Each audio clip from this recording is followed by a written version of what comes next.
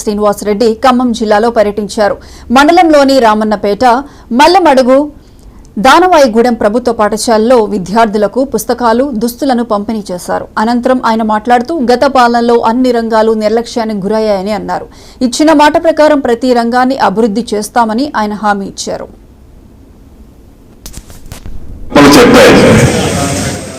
విద్యలో ప్రత్యేకమైన మార్పులు తీసుకొచ్చాం. విద్యను అద్భుతంగా తీర్చిదిద్దాం. విద్యకు పెద్దపీట వేశామని గత ప్రభుత్వాలు చెప్పాయి. మాటలకే పరిమితమయ్యాయి తప్ప చేతలకు వచ్చేసరికి ఏ రెసిడెన్షియల్ స్కూల్ చూడనండి, ఏ రెసిడెన్షియల్ కాలేజీ చూడనండి, అన్నీ కూడా టెంపరీగా ఏదైతే ఈ రోజు షెల్టర్ ఏడేసుకొని తెల్లారి షిఫ్ట్ ఆడికి చేసుకొని ఆ మూడో రోజు ఆడికి అక్కడ షిఫ్ట్ చేసుకున్నట్లు మొత్తం రెంటెల్లో పెట్టారు తప్ప పూర్తి వ్యవస్థని విస్మరించింది గత ప్రభుత్వం. ఈనాడు ఆ విస్మరించిన ప్రతిఫలమే ప్రభుత్వ స్కూల్లో విద్యార్థులు చిన్నారులు మొత్తం ప్రైవేటు సెక్టర్ బాట పట్టారు.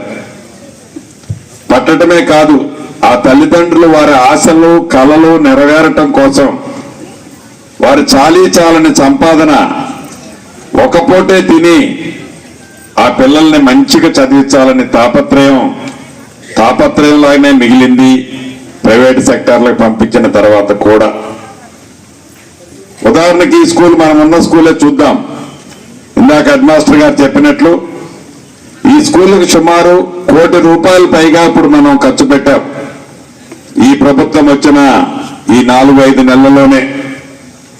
అంటే ఈ పెట్టే సిస్టమ్ సామాన్యుడికి, పేదవాడికి అండగా ఏదైతే ఈ ప్రభుత్వం ఉండాలి అని అన్ని రంగాలలో, అది విద్య విషయంలో కానీ, వైద్య విషయంలో కానీ, ఇతరత్ర మౌలిక వసతుల విషయంలో కానీ పేదవాడికి అండగా ఉండాలన్నదే ఈ ప్రభుత్వం యొక్క లక్ష్యం. భద్రాద్రి